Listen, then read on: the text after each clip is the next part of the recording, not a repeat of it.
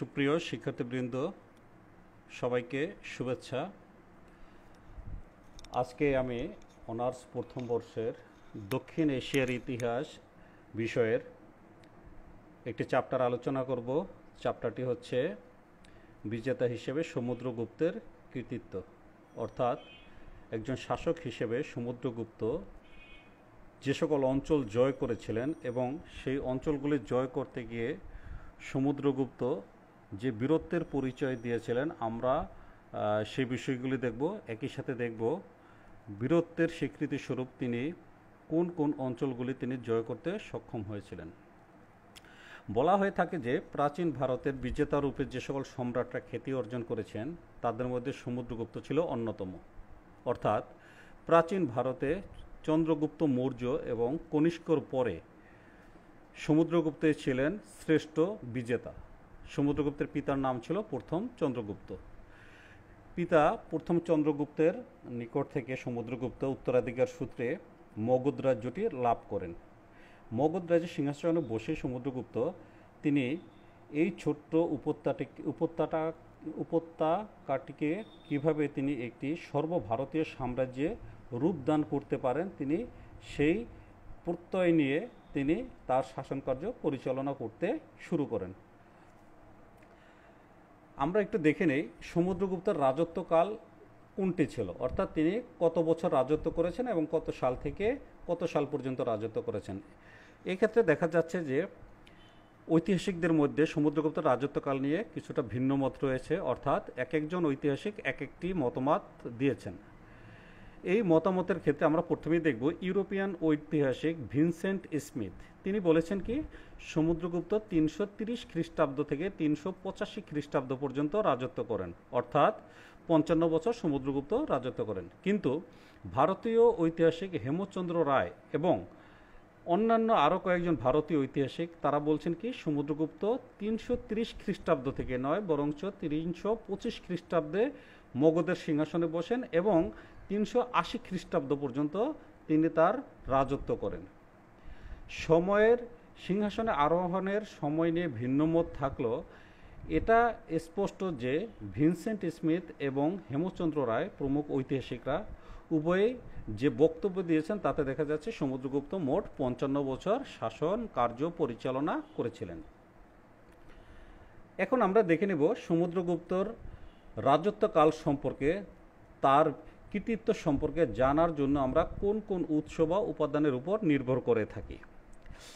এক্ষেত্রে আমরা দেখি তিনটি উৎস। একটি হচ্ছে লেখ বা লিখিতভাবে যে উপাদানগুলি পাওয়া গেছে এটি, 2 নম্বরে ছিল মুদ্রা এবং তৃতীয় ছিল সাহিত্য।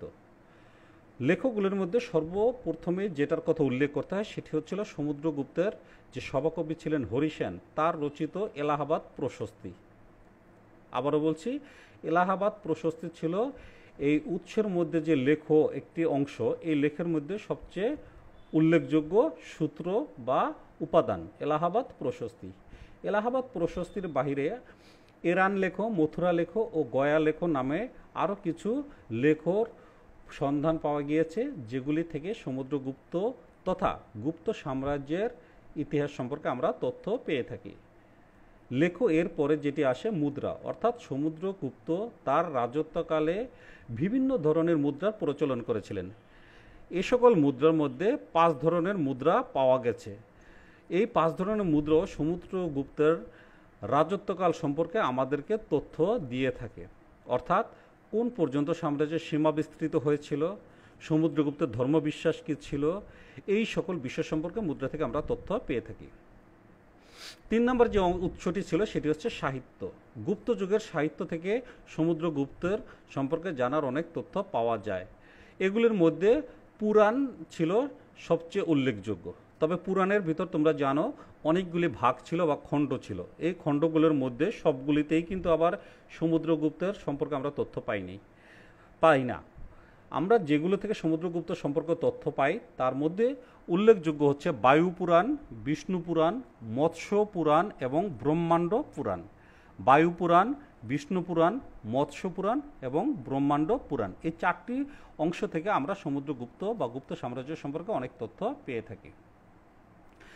তো আমরা দেখলাম সমুদ্রগুপ্তের রাজত্বকাল, সমুদ্রগুপ্ত সম্পর্কে জানার উৎস। এখন আমরা দেখে চলে যাই সরাসরি বিজেতা হিসেবে যে সমুদ্রগুপ্ত কৃতিত্ব, অর্থাৎ যে সকল অঞ্চল সমুদ্রগুপ্ত জয় করেছিলেন অভিযান পরিচালনা করে, সেগুলির মধ্যে একটু আমরা দেখে নিই। এক্ষেত্রে আমরা প্রথমেই দেখব যে সমুদ্রগুপ্ত উত্তর ভারত এবং দক্ষিণ ভারত দুই অঞ্চলেই তিনি তার সাম্রাজ্য বিস্তার নীতি পরিচালনা করেছিলেন বা রাজ্য জয়ের অভিযান পরিচালনা করেছিলেন। উত্তর ভারতকে বলা হতো আর্যাবর্ত এবং এই ক্ষেত্রে তিনি দিগ্বিজয় নীতি অনুসরণ করেন। অর্থাৎ উত্তর ভারত জয়ের ক্ষেত্রে সমুদ্রগুপ্ত আর্যাবর্ত বা দিগ্বিজয় নীতি, উত্তর ভারত তথা আর্যাবর্ত জয়ের ক্ষেত্রে সমুদ্রগুপ্ত দিগ্বিজয় নীতি অনুসরণ করেন এবং দাক্ষিণাত্য বা দক্ষিণ ভারতে তিনি যে অভিযান পরিচালনা করেন এটার প্রকৃতি ছিল কিছুটা ভিন্ন। এক্ষেত্রে তিনি দিগ্বিজয় নীতি নয় বরং ধর্ম বিজয় নীতি অনুসরণ করেন। এটা কি? এটা আমরা সামনে যখন দক্ষিণ ভারত আলোচনা করব সেখানে আমরা দেখে নিব যে ধর্ম বিজয় নীতিটা কী ছিল। দিগ্বিজয় নীতি একটা যেটা উত্তর ভারতে তিনি পরিচালনা করেছিলেন সেটা সম্পর্কে একটু বলে নিই। সেটা হচ্ছে এই উত্তর ভারতের যে সকল রাজ্যগুলি তিনি অভিযান পরিচালনা করেছিলেন এগুলিকে তিনি জয়লাভ করে স্বীয় সাম্রাজ্যভুক্ত বা গুপ্ত সাম্রাজ্যভুক্ত করেন। এটা হচ্ছে দিগ্বিজয় নীতি। উত্তর ভারতের অভিযান, প্রথমে আমরা দেখি উত্তর ভারতের অভিযান। সমুদ্রগুপ্তর সময় উত্তর ভারতের দুটি শক্তিশালী বংশ ছিল, একটি ছিল বাকাটক বংশ ও আরেকটি ছিল নাগ বংশ। এই বাকাটক এবং নাগরা খুব শক্তিশালী এবং ক্ষমতাশালী ছিল। বাকাটকরা এবং নাগদের মিত্র ছিল। দুইটা বংশ শক্তিশালী হলে দুইটার সাথে দুইটা মিত্রতা ছিল। সমুদ্রগুপ্ত তার প্রজ্ঞা দ্বারা উপলব্ধি করেছিলেন যে এই দুটিকে শক্তিকে যদি ধ্বংস করতে না পারা যায় তাহলে গুপ্ত বংশের ভবিষ্যৎ বলে কিছুই থাকবে না। সমুদ্রগুপ্ত প্রথমে নাগদের বিরুদ্ধে যুদ্ধে অবতীর্ণ হন এবং তাদেরকে পরাজিত করেন এবং নাগদের দমন করার পর সমুদ্রগুপ্ত বাকাটকদের বিরুদ্ধে শক্তি পরীক্ষা অবতীর্ণ হন এবং জয়ী হন। এলাহাবাদ প্রশস্তি অনুসারে জানা যায়, অর্থাৎ এলাহাবাদ প্রশস্তি থেকে যে তথ্য আমরা যা পাই সেটা থেকে জানা যায় সমুদ্রগুপ্ত উত্তর ভারতে মোট 9 জন রাজাকে তিনি পরাজিত করেছিলেন এবং তাদেরকে এই 9 রাজার যে রাজ্যগুলি ছিল সেগুলিকে তিনি নিজ সাম্রাজ্যভুক্ত করেন, যেটাকে আমরা বলেছি দিগ্বিজয় নীতির অংশ। এই 9 জন রাজা কে কে ছিলেন? একজন হলেন রুদ্রদেব। এই রুদ্রদেব ছিলেন সম্ভবত বাকাটক বংশীয় প্রথম রুদ্রসেন, তাকেই রুদ্রদেব হিসেবে উল্লেখ করা হয়েছে এলাহাবাদ প্রশস্তিতে। তারপর ছিল মতিল। এই মতিলের রাজ্য ছিল উত্তরপ্রদেশের বুন্দল অঞ্চলে।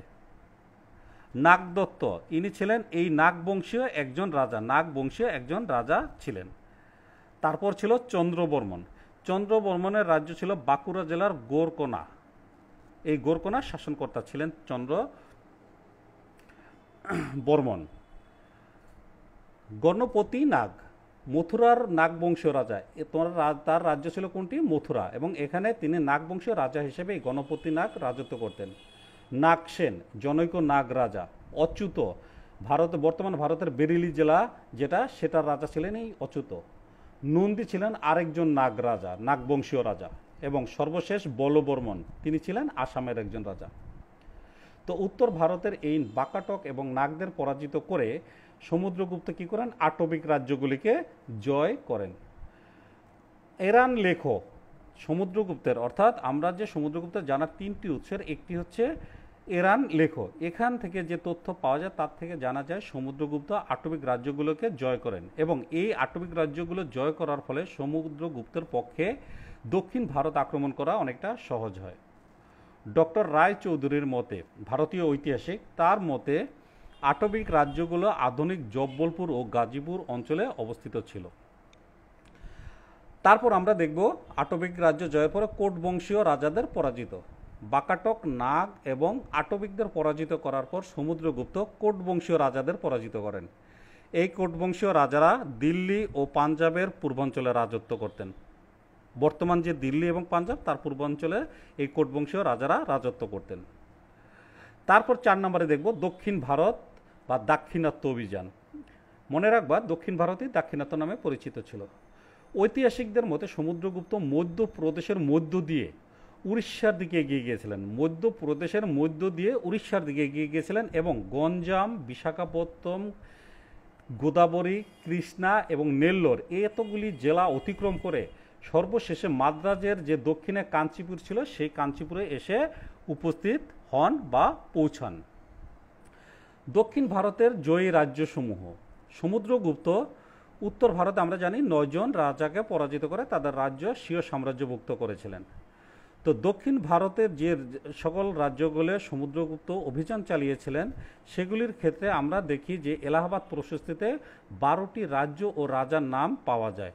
অর্থাৎ উত্তর ভারতে 9টির পরে দক্ষিণ ভারতে 12টি রাজ্য ও রাজার নাম আমরা এলাহাবাদ প্রশস্তিতে পাই, যেগুলি সমুদ্রগুপ্ত অভিযান পরিচালনা করে সেগুলিকে জয়ী হয়েছিলেন। এই 12টি রাজ্য ও রাজার নাম হচ্ছে কোশলের মহারাজ, অর্থাৎ কোশল হচ্ছে রাজ্য এবং কোশলের মহারাজকে তিনি পরাজিত করেছিলেন। দ্বিতীয়ত হচ্ছে কৌরাল রাজ্যের মন্তরাজ, কৌরাল রাজ্যের রাজা ছিলেন মন্তরাজ, তাকে তিনি পরাজিত করেন। কোট্টরের রাজা স্বামীদত্ত, কোট্টর আরেকটি রাজ্য এবং স্বামীদত্ত সেখানকার রাজা ছিলেন। পৃষ্ঠপুর একইভাবে একটি রাজ্য, তার রাজা মহেন্দ্রগিরি। এরণ্ডপলের রাজা দমন। কাঞ্চির রাজা ছিল বিষ্ণুগুপ গোপ। অবমুক্তের রাজা নীলরাজ। বেঙ্গির রাজা হস্তিবর্মন। পলক্কর রাজা উগ্রসেন। দেবরাষ্ট্রের রাজা কুবের। কুস্থলপুরের রাজা ধনঞ্জয় এবং মহাকান্তারের রাজা ব্যাঘ্ররাজ। এই 12 জন রাজাকে সমুদ্রগুপ্ত তিনি কি করেছিলেন? পরাজিত করেছিলেন। তবে উত্তর ভারতের 9 জন রাজাকে পরাজিত করে সমুদ্রগুপ্ত যে 9টি রাজ্য জয় করেছিলেন সেই রাজ্যগুলির অবস্থান বর্তমান ভারতে কিছুটা নির্দিষ্ট করা গেলেও দক্ষিণ ভারতের এই 12 জন রাজ্যের রাজা ঠিক বর্তমানে কোথায় অবস্থিত বর্তমান ভারতে সে সম্পর্কে খুব বেশি কিছু জানা যায়নি। এখন আসো আমরা দেখি যে শুরুতেই বলেছিলাম যে উত্তর ভারতে তিনি দিগ্বিজয় নীতি অনুসরণ করেছিলেন এবং দক্ষিণ ভারতে তার নীতি ছিল কি? ধর্মবিজয় নীতি। তো আমরা এই দক্ষিণ ভারতে যে তিনি অভিযান পরিচালনা করেছিলেন এই ধর্মবিজয় নীতির কি এটা জানতে হলে দেখতে হবে যে সমুদ্রগুপ্তর দাক্ষিণাত্য বিজয়ের ক্ষেত্রে 3টি বৈশিষ্ট্য আগে আমাদেরকে চোখ দিতে হবে। দেখা গেছে দক্ষিণ ভারতের সমুদ্রগুপ্ত যে রাজ্যগুলিকে অভিযান করেন সেগুলিকে প্রথমে তিনি গ্রহণ করেন, অর্থাৎ এই সকল রাজ্যের রাজাদেরকে তিনি পরাজিত করেন। দ্বিতীয়ত এই পরাজিত রাজাকে সমুদ্রগুপ্ত মুক্তি দেন। কি করে? মুক্তি দেন। এবং তৃতীয়ত পরাজিত শত্রুর প্রতি দয়াপরবশত অর্থাৎ করুণা করে তার হারানোর রাজ্য ফিরিয়ে দেন। অর্থাৎ এটাকেই বলা হচ্ছে ধর্ম বিজয় নীতি। অর্থাৎ তার লক্ষ্য ছিল রাজাদেরকে পরাজিত করে তার আনুগত্য স্বীকারে বাধ্য করা। সমুদ্রগুপ্ত সেটাই করেছিলেন, কিন্তু যখন আনুগত্য তারা প্রকাশ করলো তারপর তার রাজ্য সেই রাজাকে বা পরাজিত রাজাকে তিনি ফিরিয়ে দিয়েছিলেন। অর্থাৎ এখানে তিনি ধর্মীয় একটা দৃষ্টিকোণ থেকে বা তার যে একটা নীতি, তার এই যে দক্ষিণ ভারত অভিযানের যে ধর্মটা ছিল এরকমই যে তিনি তাকে পরাজিত করবেন এবং তাকে রাজ্যটা ফিরে দেবেন। তিনি লাভ করবেন কি? শুধু ওই রাজার আনুগত্যটা, অর্থাৎ সে গুপ্ত রাজার শ্রেষ্ঠত্ব বা সমুদ্রগুপ্তের শ্রেষ্ঠত্বটা মেনে নেবেন এটা। কিন্তু উত্তর ভারতের রাজ্যগুলিকে তিনি এভাবে ফিরিয়ে দেননি। তো সমুদ্রগুপ্ত দাক্ষিণাত্য বিজয় নীতি উত্তর ভারত থেকে সম্পূর্ণ আমরা দেখছি যে আলাদা ছিল। উত্তর ভারতে তিনি ছিলেন প্রকৃত দিগ্বিজয়ী বীর এবং দক্ষিণ ভারতে তিনি ছিলেন কি? কৌটিল্য নির্দেশিত ধর্মবিজয়ের আদর্শে অনুপ্রাণিত এক ব্যক্তি। কেননা এখন কথা হচ্ছে সমুদ্রগুপ্ত কেন দক্ষিণ ভারতের এই রাজাদেরকে তার রাজ্যগুলি ফিরিয়ে দিয়েছিলেন। আসলে সমুদ্রগুপ্ত ছিলেন অত্যন্ত প্রজ্ঞাবান একজন শাসক। তিনি বুঝতে পেরেছিলেন যে সুদূর উত্তর ভারত থেকে বা পাটলিপুত্র যেটা তার রাজধানী ছিল সেখান থেকে দক্ষিণ ভারতে এসে এত দূরে রাজ্য শাসন করা তার পক্ষে সম্ভব হবে না। অতএব তাদের আনুগত্য লাভ করে রাজ্য ফিরিয়ে দিলে বরঞ্চ এখানকার শাসকেরা তাকে শ্রেষ্ঠ মনে করবে, তার আনুগত্য মেনে নেবে। এটাই হচ্ছে সমুদ্রগুপ্তের লাভ। এখন তাহলে এই যে ফিরিয়ে দিলেন, এটা তো আমরা জানি যে পাটলিপুত্র থেকে তার এত দূরে রাজ্য শাসন করা সম্ভব নয় বলে তিনি ফিরিয়ে দিয়েছেন। কিন্তু এটা শুধু এই একটি কারণ না, কয়েকজন ঐতিহাসিক ছিলেন যারা বলেছেন যে সমুদ্রগুপ্ত দক্ষিণ ভারতের অভিযানের উদ্দেশ্য নিয়ে বিভিন্ন কথা। যেমন ডক্টর জয়সওয়াল ছিলেন ভারতীয় ঐতিহাসিক। তিনি বলছেন যে সমুদ্রগুপ্তে পল্লবদের সামরিক শক্তি চূর্ণ করতে চেয়েছিলেন, অর্থাৎ যেই 12 জন রাজা ছিলেন এদের সামরিক শক্তি সমুদ্রগুপ্ত ধ্বংস করতে চেয়েছিলেন। কেন? তার যুক্তি ছিল কি? কারণ সমুদ্রগুপ্ত জানতেন যে পল্লবরা বা এই 12 জন রাজা যদি জোট বেঁধে উত্তর ভারতের বাকাটকদের সাথে গুপ্ত সাম্রাজ্যকে আক্রমণ করে তাহলে সমুদ্রগুপ্তর পক্ষে গুপ্ত সাম্রাজ্যকে রক্ষা করা কঠিন হবে। মূলত এই জন্যই তিনি এই 12 জন রাজাকে পরাজিত করে তাদের আনুগত্য আদায় করে নিয়েছিলেন, যাতে তারা বাকাটকদের সাথে জোট বেঁধে ভবিষ্যতে গুপ্ত সাম্রাজ্যকে আক্রমণ করতে না পারে বা না করে। এজন্য তিনি দক্ষিণ ভারত অভিযান করেছিলেন বলে পণ্ডিত বা ঐতিহাসিক ডক্টর জয়সওয়াল সেটা বলেছেন। আবার অনেক ঐতিহাসিক বলছেন যে এই ধরনের বক্তব্য হচ্ছে অনুমান নির্ভর, অর্থাৎ জয়সওয়াল যে বক্তব্য দিচ্ছেন এটা হচ্ছে অনুমান নির্ভর, এটা বাস্তব কোনো ভিত্তি নেই। অন্যান্য ঐতিহাসিকরা বলছেন সমুদ্রগুপ্ত মূলত দাক্ষিণাত্যের সম্পদশালী অঞ্চলটি আক্রমণ করেছিলেন, অর্থাৎ দক্ষিণ ভারতের যে 12টি অঞ্চল আক্রমণ করেছেন, এই 12টি অঞ্চল ছিল দক্ষিণাত ভারতের সবচেয়ে সমৃদ্ধ অঞ্চল, এবং এগুলিকে আক্রমণ করে সমুদ্রগুপ্ত এখানকার সম্পদ তিনি উত্তর ভারতে নিয়ে যাওয়ার জন্য এটা আক্রমণ করেছিলেন বলে কিছু ঐতিহাসিক মতামত দিয়েছিলেন। হটেবার এখন যে ঐতিহাসিক যাই মতামত দেখ না কেন, সমুদ্রগুপ্ত দক্ষিণ ভারত অভিযান পরিচালনা করেছিলেন, তাদের পরাজিত করেছিলেন এবং তাদের আনুগত্য তিনি আদায় করতে সক্ষম হয়েছিলেন। তো উত্তর ভারত, তারপর আমরা দেখলাম যে আটবিক রাজ্য জয়, তারপর কোট বংশীয় রাজাদের জয়, তারপর দেখলাম দক্ষিণ ভারতে 12 জন রাজাকে পরাজিত। এরপর দেখি সমুদ্রগুপ্ত কি করছেন, যে বিজয় অভিযান এখানেই থেমে গেছে না, সমুদ্রগুপ্ত সীমান্তবর্তী 5টি রাজ্যকে বশ্যতা স্বীকার করতে বাধ্য করেছিলেন। অর্থাৎ গুপ্ত সাম্রাজ্যের উত্তর ও পূর্বের সীমান্তে 5টি রাজ্য ছিল, যারা কেউ কেউ বলেন যে সমুদ্রগুপ্ত তারা স্বেচ্ছায় সমুদ্রগুপ্ত বশ্যতা স্বীকার করে নিয়েছিলেন।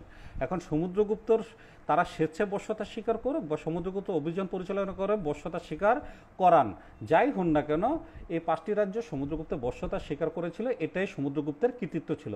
এই 5টি রাজ্য ছিল কি, সমতট, কামরূপ, নেপাল, দবক ও কর্তৃপুর। সমতট হচ্ছে বর্তমান যে বঙ্গদেশ, আজকের যে বাংলাদেশ, এই বাংলাদেশের যে কুমিল্লা জেলা, এই কুমিল্লার অন্তর্গত বড়কামতা, এটা সমতট নামে পরিচিত ছিল।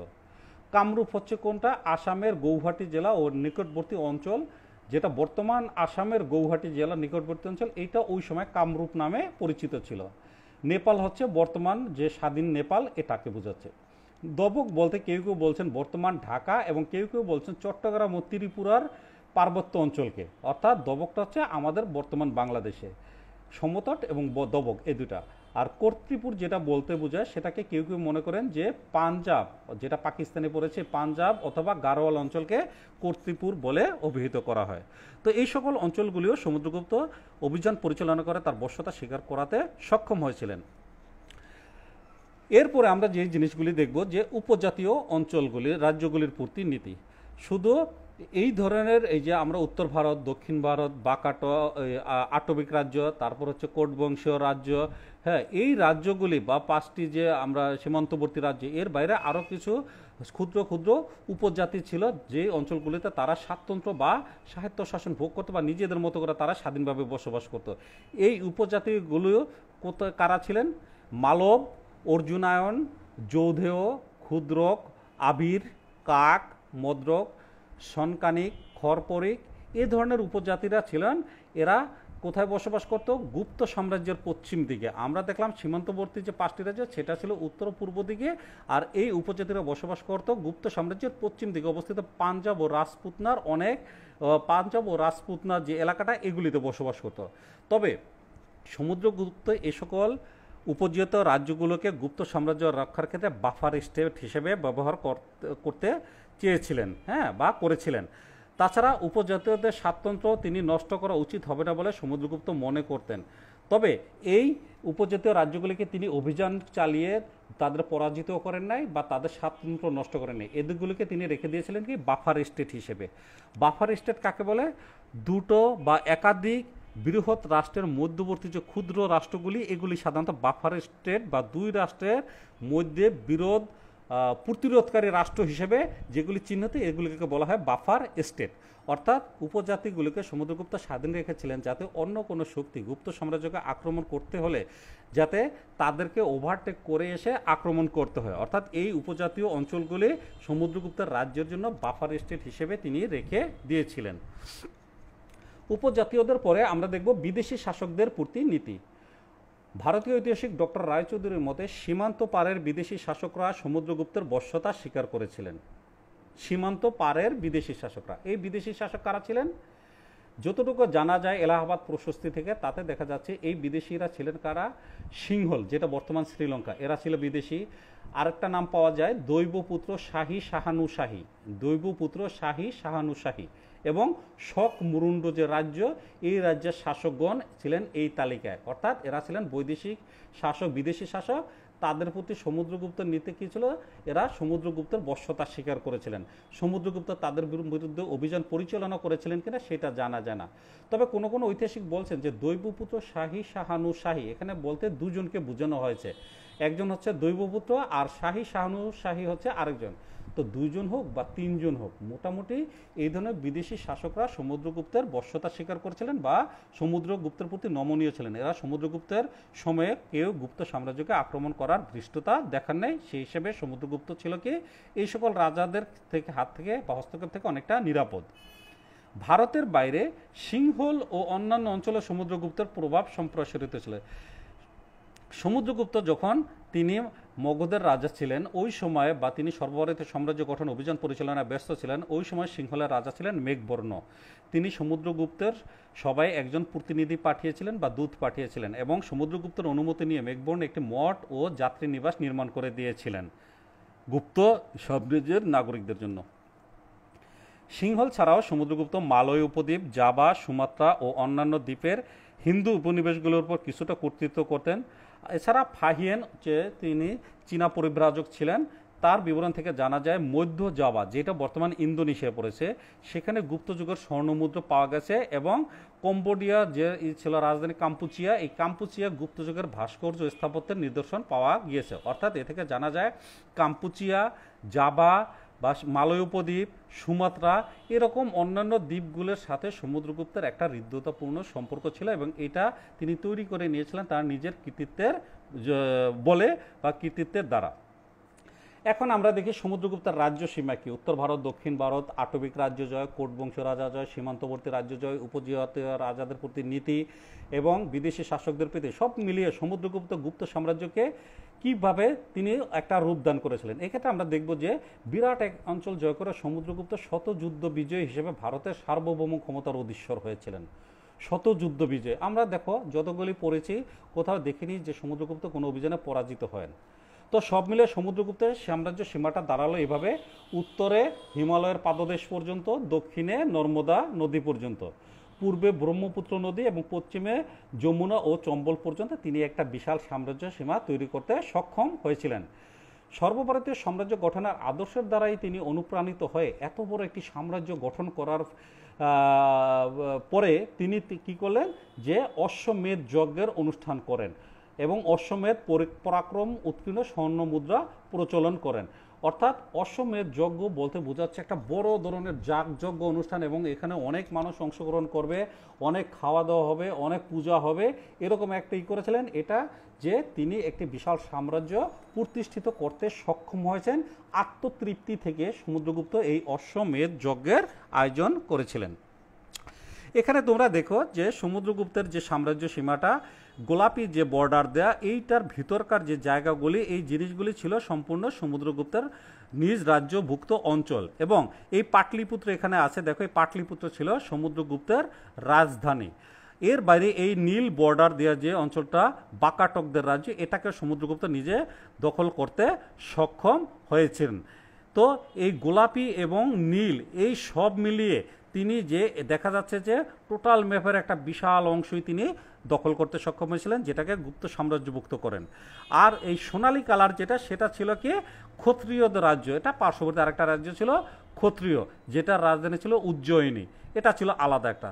তো এ থেকে বোঝা ধারণা পাওয়া যাচ্ছে যে ওই সময় পাশে যে সকল রাজ্যগুলি ছিল তাদের তুলনায় গোটা ভারতের বিস্তীর্ণ অংশ, উত্তর এবং দক্ষিণ ভারত মিলে সমুদ্রগুপ্ত একটি বিশাল সাম্রাজ্য দখল করতে সক্ষম হয়েছিলেন। এখন আমরা দেখি সমুদ্রগুপ্ত তার অভিযানের মাধ্যমে একজন সমরবিদ হিসেবে দক্ষতার পরিচয় রাখতে সক্ষম হয়েছিলেন, এটা আমরা জানি। আর এই সমরবিদ হিসেবে বা বিজেতা হিসেবে তিনি যে তার দক্ষতার পরিচয় দিয়েছেন, এজন্য ভারতীয় অনেক ঐতিহাসিক তাকে কি বলছেন যে ভারতের নেপোলিয়ন বলছেন। কাকে? সমুদ্রগুপ্তকে। এখন নেপোলিয়ন কে ছিলেন? তিনি ছিলেন ফরাসি সম্রাট। তার সাথে সমুদ্রগুপ্তের তুলনা কেন হলো, এটা যদি আমরা দেখতে চাই সেক্ষেত্রে দেখব নেপোলিয়ন আল্পস পর্বতমালা অতিক্রম করে তিনি ইটালি আক্রমণ করছিলেন, যেটা ছিল দুঃসাধ্য একটা অভিযান। সমুদ্রগুপ্ত ঠিক একইভাবে উত্তর ভারত থেকে দুর্গম পথ অতিক্রম করে তিনি দক্ষিণ ভারতে উপস্থিত হয়েছিলেন এবং এখানকার যে রাজ্যগুলো ছিল এইগুলিকে তিনি জয় করে তাদের প্রতি একটা রাজনৈতিক প্রজ্ঞার পরিচয় দিতে সক্ষম হয়েছিলেন। তো এই যে দুঃসাহসিকতা, দুঃসাধ্য একটা অভিযান সম্পন্ন করা, এই কৃতিত্বের দিক থেকে লক্ষ্য করে সমুদ্রগুপ্তকে অনেক ঐতিহাসিক কি বলছেন যে একজন ভারতীয় নেপোলিয়ন হিসেবে তাকে আখ্যা দিয়েছেন। 4 নম্বরে প্রশ্ন আসতে পারে যে সমুদ্রগুপ্তকে ভারতীয় নেপোলিয়ন বলা হয় কেন। সেক্ষেত্রে আমরা এই জিনিসটা উল্লেখ করব যে তিনি উত্তর ভারত থেকে দক্ষিণ ভারতে এসে যে কৃতিত্বের পরিচয় দিয়েছিলেন সেটাকে নেপোলিয়নের ইতালি অভিযানের সাথে তুলনা করা যায়। নেপোলিয়ন যেমন আল্পস পর্বতমালা অতিক্রম করে ইতালি আক্রমণ করেছিলেন, সমুদ্রগুপ্তর দক্ষিণ ভারত অভিযানও ছিল অনেকটা সেরকমই। এজন্য ঐতিহাসিকরা তাকে ভারতের নেপোলিয়ন হিসেবে আখ্যা দিয়েছেন। এখন আমরা দেখি সমুদ্রগুপ্তের ব্যক্তিগত গুণাবলী কী কী ছিল। এখানে আমরা দেখব যে এলাহাবাদ প্রশস্তিতে বলা আছে যে সমুদ্রগুপ্ত বহু কবিতা লিখে কবিরাজ উপাধি লাভ করেন। তিনি একজন সুকবি ছিলেন, সাহিত্যিক ছিলেন এবং সঙ্গীতানুরাগী ছিলেন। তার সময়কার মুদ্রায় বিনা বাদনরত মূর্তি অঙ্কিত থাকায় এই দাবির সমর্থন মিলে। অর্থাৎ সমুদ্রগুপ্ত যে মুদ্রা প্রচলন করেছিলেন, কোনো মুদ্রায় দেখা গেছে সমুদ্রগুপ্ত কী করছেন, ওখানে যে মুদ্রা আছে, মুদ্রায় যে মূর্তি আছে, সেই মূর্তি বীণা বাজাচ্ছেন বা বাঁশি বাজাচ্ছেন। তো এ থেকে বোঝা যাচ্ছে যে এটা সমুদ্রগুপ্তের সঙ্গীত অনুরাগ ছিল বা সঙ্গীতের প্রতি তার একটা ভালোবাসা থেকে তিনি এটা করেছিলেন। সমুদ্রগুপ্ত একজন শাস্ত্রজ্ঞ ব্যক্তি ছিলেন বা ধর্মীয় বিধিবিধান বা রীতিনীতি সম্পর্কে তার অগাধ জ্ঞান ছিল, ধারণা ছিল। এছাড়া তিনি অন্যান্য জ্ঞানীগুণীর সান্নিধ্য পছন্দ করতেন। তিনি নিজে ব্রাহ্মণ্য ধর্মের বা ব্রাহ্মণ ধর্ম কী বলে বৌদ্ধ মানে ব্রাহ্মণ্য ধর্মের পৃষ্ঠপোষক হয়ে তিনি পরধর্মদ্বেষী ছিলেন না। অর্থাৎ অন্যান্য ধর্মকে তখন তিনি কখনো হিংসা করতেন না বা তাদেরকে উদারভাবেই তিনি দেখেছিলেন। সমুদ্রগুপ্তের বিভিন্ন অভিধা। সমুদ্রগুপ্তের প্রাপ্ত মুদ্রা থেকে জানা যায় যে তিনি অনেক অভিধা বা উপাধি গ্রহণ করেছিলেন। এই অভিধা বা উপাধিগুলির ভিতর কী ছিল? পরাক্রমাঙ্ক, কৃতান্ত পরশু, ব্যগ্র পরাক্রমাঙ্ক, সর্বরাজোচ্ছেতা, অপ্রতিরোধ। আসলে এই শব্দগুলি থেকে বোঝা যাচ্ছে যে, যেমন মনে করো তোমরা দেখো, পরাক্রমাঙ্ক মানে পরাক্রমশালী ছিলেন, কৃতান্ত পরশু ছিলেন, তারপর ব্যগ্র পরাক্রমাঙ্ক মানে বাঘের মতো শক্তিশালী ছিলেন, সর্বরাজোচ্ছেতা অর্থাৎ সকল রাজাদের ভিতর সেরা ছিলেন, অপ্রতিরোধ সাধারণত মনে হচ্ছে যে তিনি অপ্রতিরোধ ছিলেন। এরকম অনেক তিনি উপাধি গ্রহণ করে ছিলেন যেটা তার বীরত্বের পরিচয় বহন করে। সর্বশেষ সমুদ্রগুপ্তের রাজত্বকালে গুপ্ত সাম্রাজ্য প্রাচীন ভারতের অন্যতম সর্ববৃহৎ সাম্রাজ্য গড়ে ওঠে। চারদিকে এর প্রভাব ছড়িয়ে পড়ে এবং বহু রাষ্ট্রের সাথে তিনি ঘনিষ্ঠ সম্পর্ক গড়ে তোলেন। এলাহাবাদ প্রশস্তির ভাষায় সম্রাট সমুদ্রগুপ্ত ছিলেন ত্রিভুবনজয়ী, অর্থাৎ তার চারপাশে যা কিছু ছিল, যে সকল অঞ্চল ছিল, তিনি সব কিছু জয় করেছিলেন। বস্তুতপক্ষে সমুদ্রগুপ্ত স্বীয় বাহুবলে তৎকালীন ভারতের এক বিরাট অংশকে ঐক্যবদ্ধ করেছিলেন। এই সকল কারণে ভিনসেন্ট স্মিথ সমুদ্রগুপ্তকে ভারতের নেপোলিয়ন অর্থাৎ চমকপ্রদ গুণাবলীর অধিকারী অসামান্য এক ব্যক্তি হিসেবে চিহ্নিত করেছেন। এক কথায় প্রশ্ন থাকতে পারে, সমুদ্রগুপ্তকে কে ভারতের নেপোলিয়ন বলেছেন? ঐতিহাসিক ভিনসেন্ট স্মিথ। তো সুপ্রিয় শিক্ষার্থীবৃন্দ, আমি যতটুকু আলোচনা করেছি আশা করি তোমরা এই ক্লাসটি যদি মনোযোগ দিয়ে শুনে অনেক তথ্য তোমরা হৃদয়ঙ্গম করতে পারবা বা আত্মস্থ করতে পারবা। তো আশা করি তোমরা যদি কিছুটা শিখো তাহলে আমাদের এই অনলাইন ক্লাসের যে প্রসেসটা এটা সফল হবে। তো এভাবেই সকলকে আজকের ক্লাসে শুভকামনা জানাচ্ছি। হয়তো পরবর্তীতে আবার তোমাদের সাথে অন্য কোনো টপিক নিয়ে আমি আবার ক্লাসে উপস্থিত হব। সে পর্যন্ত সবাই ভালো থাকো, সুস্থ থাকো। সকলকে ধন্যবাদ এবং শুভকামনা সকলের জন্য।